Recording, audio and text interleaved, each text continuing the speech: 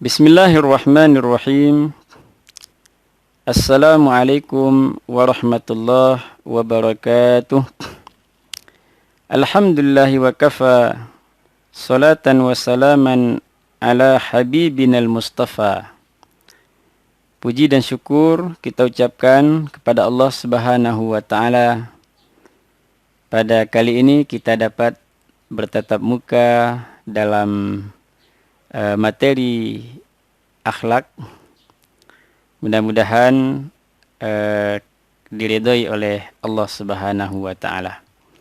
Salawat dan salam kita sampaikan kepada Nabi Muhammad sallallahu alaihi wasallam sebagai panduan qudwah untuk kita bersama, diutus ke tengah-tengah umat akhir zaman. Mudah-mudahan kita mendapatkan syafaat beliau di yaumil qiyamah kelak. Anak-anak kami, para siswa dan siswi yang dimuliakan Allah Subhanahu wa taala, materi kita pada kali ini adalah menutup aurat di dalam Islam. Bagaimana batasan-batasannya dan juga bagaimana motivasi yang disampaikan oleh agama kita terkait dengan perintah menutup aurat. Allah Subhanahu wa taala sering kami sampaikan bahwa menurunkan syariatnya tidak pernah bebas dari manfaat dan kemaslahatan. Maka menutup aurat adalah di antara hal yang diperintahkan kepada kita sebagai umat akhir zaman. Karena tentu memiliki kemaslahatan yang luar biasa. Sebagiannya mungkin dapat kita cerna, namun sebagian yang lain bentuknya adalah sami'na wa ata'na. Kita mendengar dan kita mematuhi apa yang diperintahkan oleh Allah Subhanahu wa taala. Dalam Al-Quran, Allah Subhanahu wa ta'ala menyebutkan, misalnya perintah untuk menentukan pandangan. Dalam surah An-Nur ayat 31. Bismillahirrahmanirrahim. Wa kullil mu'minati yaghdudna min absarihinna wa yahfazna furujahunna wa la yubdina zinatahunna illa ma zahara minha. Katakanlah kepada orang laki-laki yang beriman, hendaklah mereka menahan pandangannya dan memelihara kemaluannya. Yang demikian itu adalah lebih suci bagi mereka. Sungguhnya Allah Maha mengetahui apa yang mereka perbuat. Ini ayatnya agak panjang. Cuman di sini kita mengambil poin wala yubdina zinatahunna. Janganlah para wanita itu memperlihatkan zina. Zina di sini adalah artinya perhiasan, namun yang dimaksud adalah aurat. Dan menutup aurat merupakan puncak peradaban. Dulu orang-orang jahiliyah ketika melakukan tawaf, mereka melakukan tawaf dalam keadaan telanjang. Nabi mengatakan dalam hadis riwayat Imam Muslim, kanatil mar'atu tatufu bil baiti wa hiya uryanah. Dulu para wanita ketika tawaf dalam keadaan uryanah. Ke bahasa kita ini gara berselingkuh. Jadi menurut orang Gayo selingkuh ini wajib. Tapi selingkuh yang dimaksud adalah pakaian. Fanazalat hadhil ayah. Lalu kisah tersebut ataupun kondisi orang jahiliyah tawaf dengan telanjang itu menjadi sebab turun surat Al-A'raf ayat 31. Allah mengatakan, Bismillahirrahmanirrahim. Khudhu zinatakum inda kulli masjidin. Wa kulu washrabu wa la tusrifu. Innahu la yuhibbul musrifin. Wahai anak Adam, ya bani Adam, khudhu zinatakum. Pakailah pakaianmu yang indah setiap kali memasuki masjid. Makan dan minumlah dan jangan berlebih-lebihan. Maka di sini diperintahkan ketika akan melakukan ritual ibadah harus menutup aurat. Cuman bukan artinya ketika ritual saja. Di kesempatan-kesempatan yang lain, tadi laki-laki tidak boleh melihat aurat laki-laki, wanita tidak boleh melihat aurat wanita. Ini mengindikasikan bahwa kita diperintahkan untuk menutup aurat, memakai pakaian yang tidak membuka aurat. Karena ini, kenapa demikian? Karena ini menjadi satu sebab. Sebab ketertarikan itu adalah di pandangan. Misalnya kita sering mendengar kata-kata pandangan pertama begitu menggoda. Kenapa? Kenapa ada muncul pandangan pertama begitu menggoda? Artinya dari pandangan itulah akan menjadi pemikiran. Artinya kita ngon jemaah pamai siswa melihat siswi yang membuka auratnya. Yang pertama pandangan yang disebut dengan nadrah. Setelah menjadi pandangan, dia akan menjadi lintasan pemikiran, disebut dengan khatarah. Ketika sudah menjadi limpatan pemikiran, dia akan menjadi keinginan, angan-angan. Pamai kita ingon jema benan membuka aurat, kita tergoda, akhirnya kita berpikir kuna dia carai ngudemurme. Akhirnya sudah menjadi angan-angan, akhirnya menjadi keinginan yang menggebu. Lalu dia ingin bertemu, mencari nomor HP-nya. Maka na'udzubillah min dzalik, akan terjadi pergaulan bebas, akan terjadi perzinaan. Ini kan sering. Sering karena ada wanita-wanita yang selfie lalu memposting di Facebook. Akhirnya dilihat oleh lawan jenis. Dia tergoda, lalu mencari nomor kontak. Yang tidak sedikit menjadi korban. Korban misalnya korban pelecehan sosial, bahkan bisa menjadi korban lebih besar dari itu, perzinaan, bahkan bukan hanya terjadi zina, tapi bahkan terjadi pembunuhan. Maka dari pandangan tadi, pandangan ke sasaran yang mengumbar aurat, ini akan mendatangkan akibat-akibat negatif yang sulit untuk kita bendung. Makanya dalam Islam, sebelum terjadi kemaksiatan yang lebih besar, dibendung dari hal terkecil, yaitu pandangan. Menundukkan pandangan. Sayyidina Ali pernah satu kali diriwayatkan memandang keindahan seorang wanita, lalu Nabi menggeser wajahnya. Ya Ali, nadratul ula laka wa thaniyatu alaika. Wahai Ali, pandangan pertama itu nikmat, tapi pandangan kedua itu sudah bermuatan dosa. Tapi jangan nanti karena pandangan pertama nikmat, akhirnya melotot, tidak digeser-geser wajahnya. Tidak, artinya kalau kita sudah sadar, oh ini dosa, itu sudah bermuatan kemaksiatan. Maka di sini agar tidak terjadi kemaksiatan itu, kita perlu untuk menutup aurat kita. Menutup aurat. Tentunya agar kita telaten dalam menutup aurat, tentu perlu harus memiliki wawasan terkait dengan yang mana saja termasuk aurat. Bagi laki-laki mana saja auratnya, dan bagi wanita yang mana saja termasuk auratnya. Di sini dalam hadis riwayat Imam Abu Daud dan Imam Baihaqi diceritakan bahwa Nabi pernah didatangi oleh adik iparnya, yaitu Asma binti Abu Bakar. Asma binti Abu Bakar itu adik dari Ummul Mukminin Aisyah radhiyallahu anha.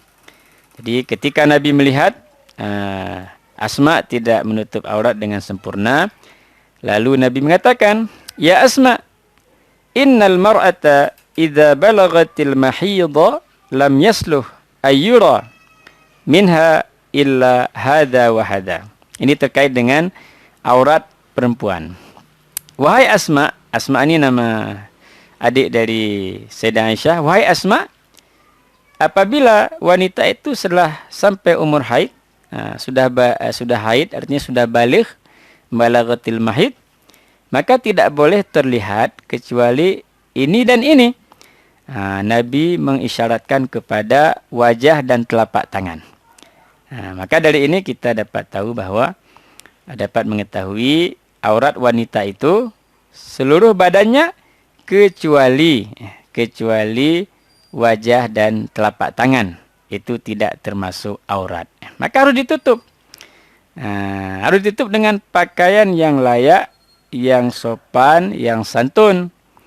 Dulu kami pernah belajar dengan guru kami, namanya Syekh Ali Jum'ah.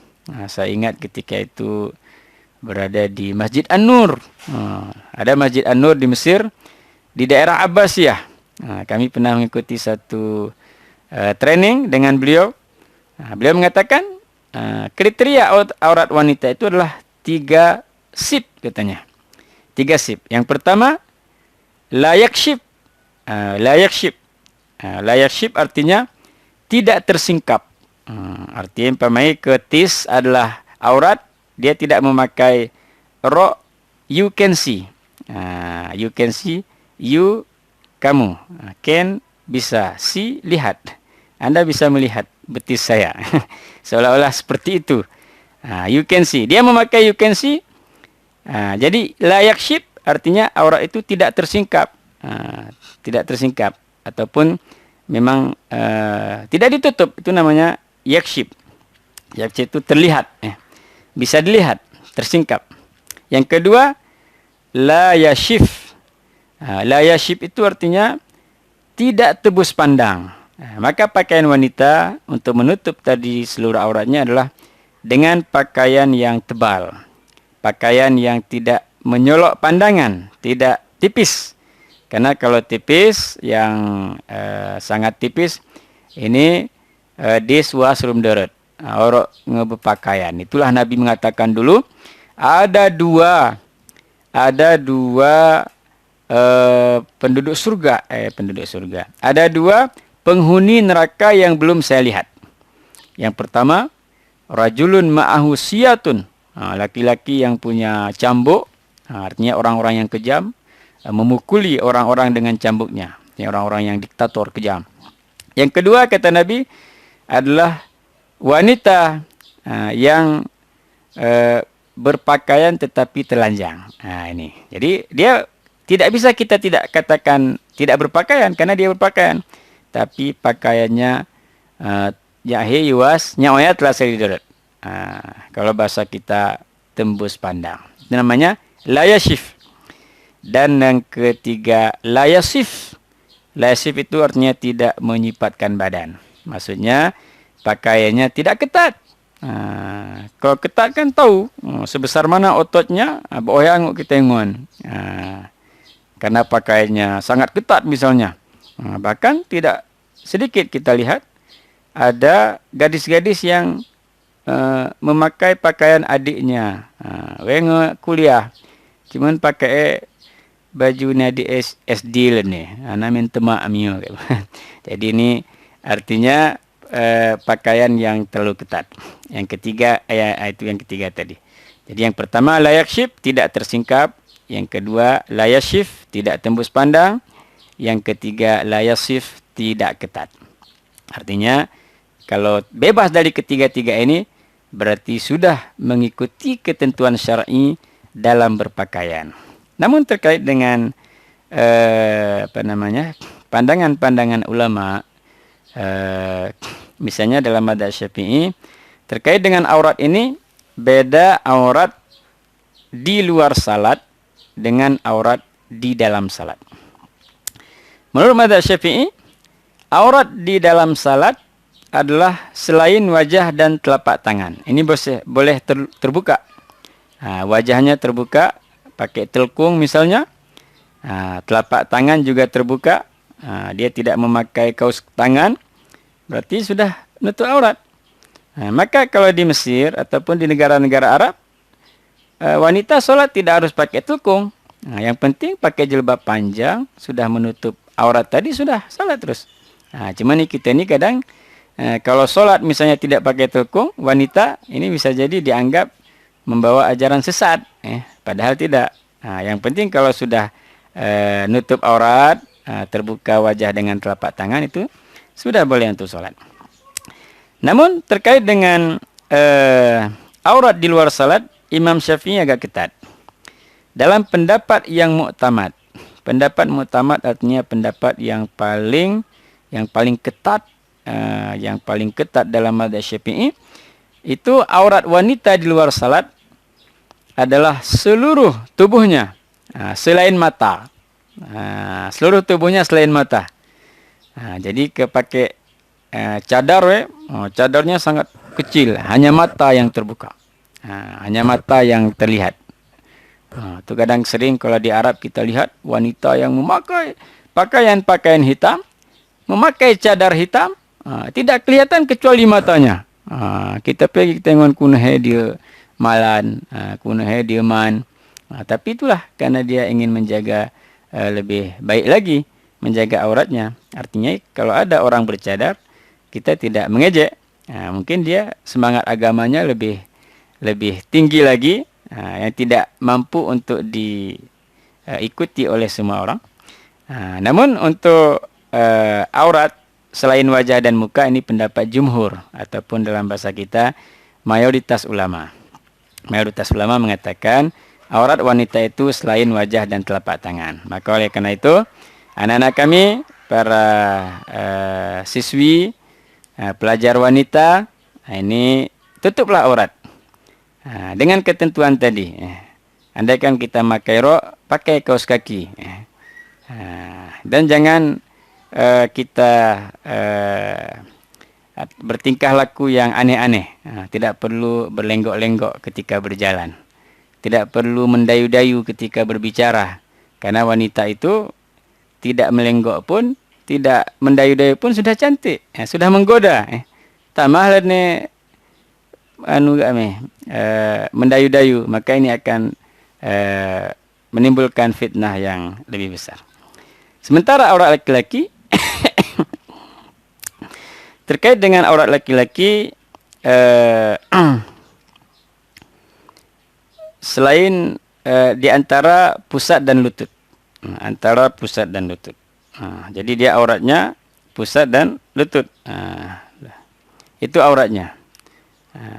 Artinya selain itu boleh dibuka, dilihat. Namun itulah kehebatan laki-laki.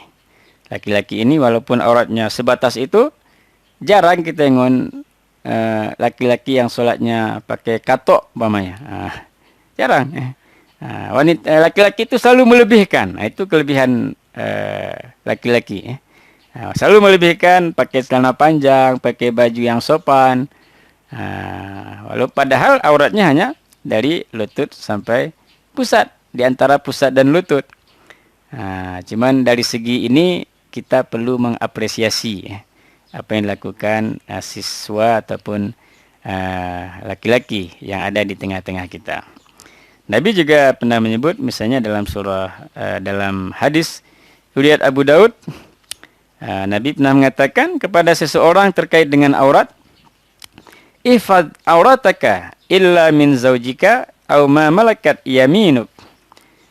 Jagalah auratmu, kata Nabi, kecuali terhadap istrimu. Jadi datang seorang laki-laki pada Nabi, jagalah auratmu kecuali kepada istrimu dan budak wanitamu. Dulu ada budak hamba sahaya. Jadi artinya untuk istri diberikan kelonggaran. Tapi kalau untuk orang lain, jangan sampai aurat itu terlihat. Ini anak-anak kami, siswa, para pelajar, nanti pakai suel konot, tutup aurat sampai di bawah lutut. Jaga maruah, karena ini perintah.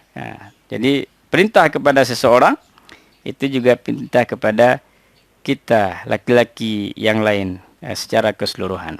Tentu ini semua adalah bermuatan positif, kemaslahatan bagi kita menghindari fitnah agar tidak terjadi perbuatan-perbuatan yang tidak diinginkan. Ini semua adalah muaranya ke situ.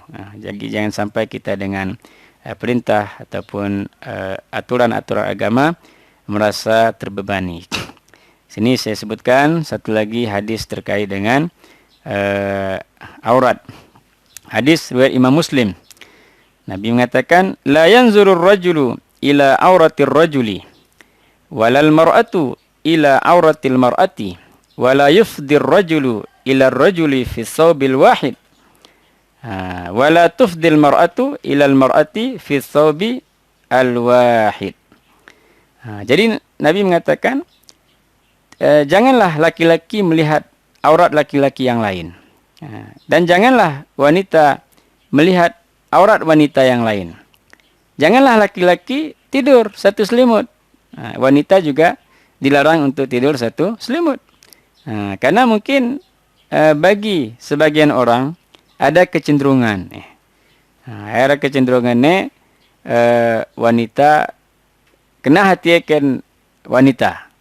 Sehingga kita menghindari lebih dari itu, yaitu lesbian misalnya. Maaf cakap. Laki-laki juga demikian.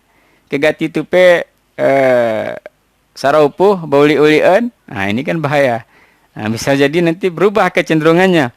Suka kepada laki-laki, suka kepada laki-laki.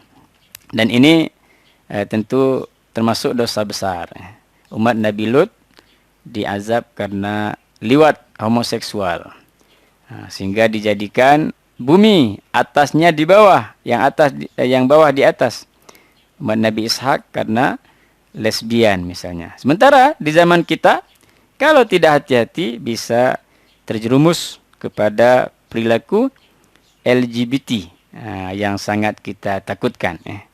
Jadi ini terkait dengan pembahasan menutup aurat. Maka saya rasa cukup sebagai bekal bagi anak-anak kami, siswa dan siswi, para pelajar sekalian. Di akhir materi ini kami akan menyampaikan satu kasus.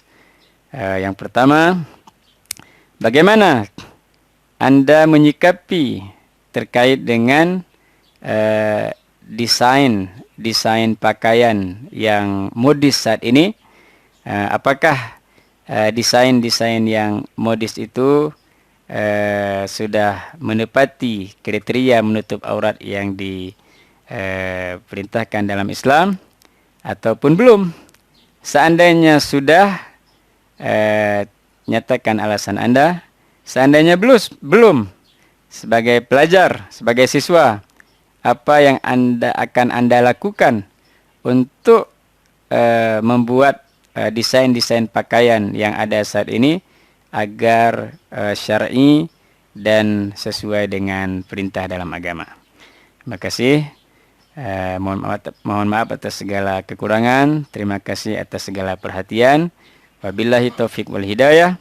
Assalamualaikum warahmatullahi wabarakatuh.